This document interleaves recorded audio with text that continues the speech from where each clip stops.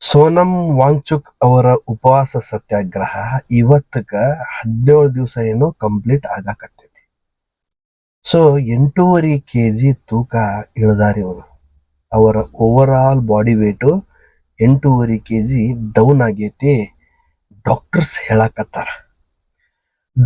ಹೇಳಾಕತ್ತಾರ ಇನ್ನು 2 ದಿವಸ ಅನ್ನೋದ್ರೊಳಗ ಇವ್ರಿಗೆ ಏನಾದ್ರೂ ಕೇರ್ ಮಾಡ್ಲೇಬೇಕು ಅಂತ ಹೇಳಿ.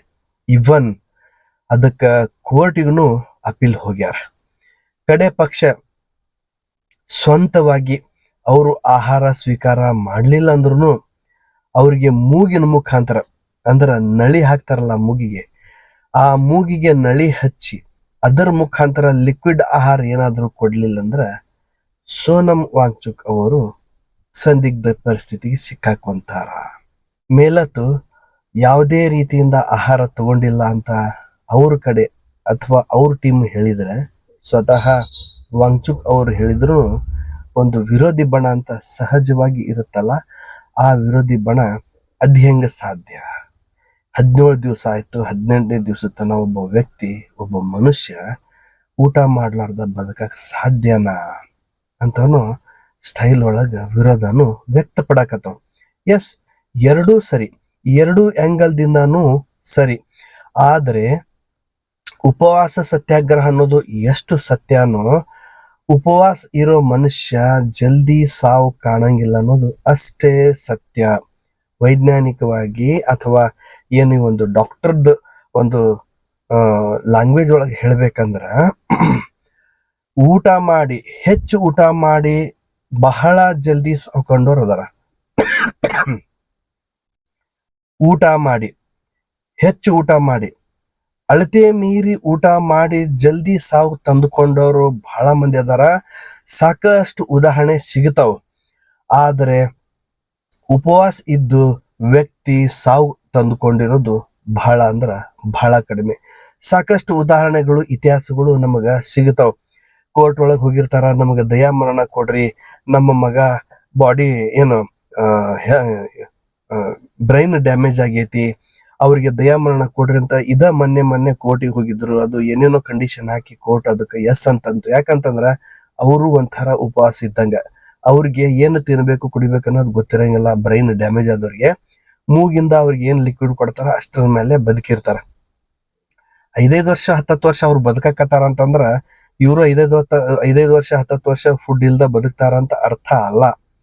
ಸುಮಾರು 1.5 ತಿಂಗಳ ತನ ಒಬ್ಬ ವ್ಯಕ್ತಿ ಆಹಾರ ಇಲ್ದಾನೆ ಬದುಕಬಹುದು. 2 ರೀತಿಯಿಂದ ಆಗತ್ತ. ಒಂದು, ಅವನ ತಡೆದುಕೊಳ್ಳುವಿಕೆ, ಎಷ್ಟು ತಡ್ಕೊಂತಾನ ಅಷ್ಟು ಆತ ಬದುಕ್ತಾನ. ಇನ್ನೊಂದು, ಎದೆ ಹೊಡಿಬಾರ್ದು. ಅದೇನಾಗತ್ತ ಅಂತ ಅಂದ್ಬಿಟ್ರಂದ್ರ ಆ ಮನುಷ್ಯ ಜಲ್ದಿ ಸಾವಿಗೆ ಸಮೀಪ ಆಗಲ್ಲ. ಈ ಎರಡರದೊಳಗೂನು ಸೋನಂ ವಾಂಗ್ಚುಕ್ ಅವ್ರು ಇದ್ರಪ್ಪ ಅಂತಂದ್ರ 18 ದಿವ್ಸಕ್ಕೆ, ಅಂದ್ರೆ ಇವತ್ತು 17 ದಿವಸ ಕಂಪ್ಲೀಟ್ ಆಗಿ ಬಹುಶಃ 18 ದಿವ್ಸಕ್ಕೆ ಬಿಡಬಹುದು. ಅವ್ರಿಗೂ ಕೂಡ ಏನು ಆಗ್ಲಿಕ್ಕಿಲ್ಲ. ಆದ್ರ ಮನುಷ್ಯ ಧೃತಿಗೆಡದೆ ಹೋದ್ರು ಅವನ್ಗೆ BP ಮತ್ತೆ ಶುಗರ್ ಇಂಬ್ಯಾಲೆನ್ಸ್ ಹಾಕೊಂತ ಹೋಗುತ್ತ, ಡೌನ್ ಫಾಲ್ ಹಾಕೊಂತ ಹೋಗುತ್ತಲ್ಲ. ಅವಾಗ ಒಳಗಿಂದ ತನ್ನಷ್ಟಕ್ಕೆ ತಾನೇ ಮಸಲ್ಸ್ ನ ತಿನ್ನೋದಕ್ಕೆ ಸ್ಟಾರ್ಟ್ ಮಾಡುತ್ತದು. ಅದಕ್ಕೆ ಆಹಾರ ಸಿಗದೆ ಇದ್ದಾಗ ಮಸಲ್ಸ್ ತಿನ್ನುತ್ತ. ಹಿಂಗಾಗಿ ಅವ್ರು ವೇಟ್ ಲಾಸ್ ಮಾಡ್ಕೊಂಡಾರ. ಮತ್ತು BP ಶುಗರ್ ಇಂಬ್ಯಾಲೆನ್ಸ್ ಆದಾಗ, ಡೌನ್ ಫಾಲ್ ಆದಾಗ ಮನುಷ್ಯ ಸಾವಿನ ಹತ್ರಕ್ಕ ಬರ್ತಾನ. ಇದು ಒಂದು ವೈಜ್ಞಾನಿಕ ಕಾರಣ ಆತಂದ್ರ, ಇನ್ನ ನಮ್ ಕಡೆಯಿಂದ ವೈಯಕ್ತಿಕವಾಗಿ ಸೋನಂ ವಾಂಗ್ಚುಕ್ ಅವ್ರಿಗೆ ಹೇಳೋದು ಇಷ್ಟ. ಹಿಂದ ಏನು ಮಹಾತ್ಮ ಗಾಂಧೀಜಿಯವರು ಉಪವಾಸ ಸತ್ಯಾಗ್ರಹ ಅನ್ನೋ ಒಂದು ಧರಣಿ ಹೋರಾಟ ಹಿಡ್ಕೊಂಡಿದ್ರು, ಅದಕ್ಕೆ ಇವತ್ತ ನೈತಿಕವಾಗಿ ಬೆಲೆ ಇಲ್ಲ. ಯಾಕಂತಂದ್ರ ದುಡ್ಡಿನ ವ್ಯಾಮೋಹ ಮೇಲೆ ನಿಂತಿರೋ ಈ ಒಂದು ಜಗತ್ತಿಗೆ ತಾತ್ವಿಕವಾಗಿ, ವೈಚಾರಿಕವಾಗಿ, ಮಾನವೀಯತೆಯಿಂದ ನೋಡುವಂತ ಈಗಿನ ಜನಾಂಗ ಯಾವುದೂ ಇಲ್ಲ. ನೀವು ಧರ್ಮೇಂದ್ರ ಪ್ರಧಾನ್ ಅವರ ಒಂದು ರಾಜೀನಾಮೆ ಆದ್ರೂ ತಗೊಳ್ಬಹುದು, ಬಿಡಬಹುದು. ಅದು ಅಸಾಧ್ಯದ ಮಾತು ಅಲ್ಲ. ಯಾಕಂತಂದ್ರ ನೈತಿಕ ರಾಜಕಾರಣ ಇಲ್ಲೇ ಇಲ್ಲ. ಸೋನಂ ವಾಂಗ್ಚುಕ್ ಸರ್, ದಯವಿಟ್ಟು ಅರ್ಥ ಮಾಡ್ಕೊಳ್ರಿ. ನೀವು ಉಪವಾಸ ಸತ್ಯಾಗ್ರಹ ಹಿಂಪಡೆಯೋದು ಬಹಳ ಒಳ್ಳೇದು ಅನ್ನೋದು ಸಾಕಷ್ಟು ಜನರು ಅಲ್ಲಿಂದ ಹೇಳಕತ್ತಾರ. ನಾವು ಕೂಡ ಅದ ಹೇಳ್ತೀವಿ. ಯಾಕಂತಂದ್ರ ಇಲ್ಲೇ ಮನುಷ್ಯತ್ವಕ್ಕ, ಮಾನವೀಯತೆಗೆ ಬೆಲೆ ಇಲ್ಲ. ಅನ್ಯಾಯವಾಗಿ ನಿಮ್ಮದು ಇರೋದು ಒಂದು ಜೀವನನ ಹಾಳು ಮಾಡ್ಕೋಬ್ಯಾಡ್ರಿ ಅಂತ ನಮ್ಮ ವೈಯಕ್ತಿಕ ಮನವಿ. ಮೇಲತ್ತು ಇಲ್ಲಿ ಇನ್ನೊಂದು ವಿಚಾರ ಬರ್ತೈತಿ. ಒಬ್ಬ ವ್ಯಕ್ತಿ ತಾನು ಒಂದು ಮಾನಸಿಕವಾಗಿ ಏನು ಗಟ್ಟಿಯಾಗಿರ್ತಾನ, ಅವನಿಗೆ ಅವನ ದೇಹ ಕಾಯದ ಮೇಲೆ ಅಭಿಪ್ರಾಯ ಇರಂಗಿಲ್ಲ, ಪ್ರೀತಿ ಇರಂಗಿಲ್ಲ.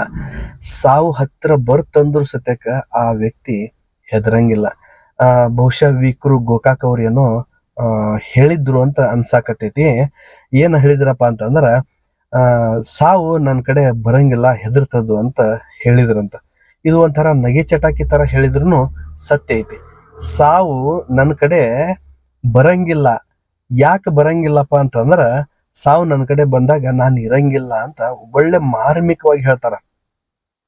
ಇಂಥ ವಿಚಾರದೊಳಗ ಸೋನಂ ವಾಂಗ್ಚುಕ್ ಅವರು ಸಹ ತಮ್ಮ ದೇಹದ ಮೇಲೆ ಪ್ರೀತಿ ಇಲ್ದೇನೆ ಈ ತರ ಉಪವಾಸ ಸತ್ಯಾಗ್ರಹ ಶುರು ಮಾಡಿರಬಹುದು.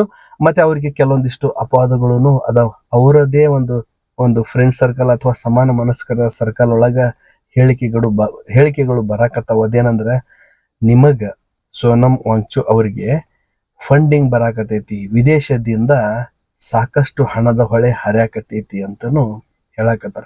ಬಹುಶಃ ಇದ್ರೂ ಇರಬಹುದು. ಹೌದು ಮತ್ತೆ ಅಲ್ಲ ಅನ್ನಕ ಅದು ನಮ್ಮ ವ್ಯಾಪ್ತಿ ಮೀರಿದ್ದು. ಹಿಂಗಾಗಿ ಒಂದು ನೈತಿಕತೆ ಹೊಣೆ ಹೊರಬೇಕು ಸರ್ಕಾರ, ಇಲ್ಲ ಅಂದ್ರೆ ಇವ್ರದ್ದು ಇಷ್ಟ ಅಂತ ಹೇಳಿ ಸೋನಂ ವಾಂಗ್ಚುಕ್ ಅವರು ತಮ್ಮ ಹೋರಾಟನ ಹೊರಗ ತಕ್ಕೋಬೇಕು, ಅಂದ್ರ ಕ್ವಿಟ್ ಮಾಡಿಕೊಂಡು ಹೊರಗೆ ಬರಬೇಕು. ಇಲ್ದೆ ಹೋದ್ರ ಬಹುಶಃ ಅವರು ತೀರಾ ಸಮೀಪ ಅದಾರೇನೋ ಅಂತ ಅನ್ಸುತ್ತ ಅಂತ ಹೇಳ್ತಾ ನಾ ಮತ್ತೆ ಸಿಗ್ತೀನಿ ನಿಮ್ಗೆ.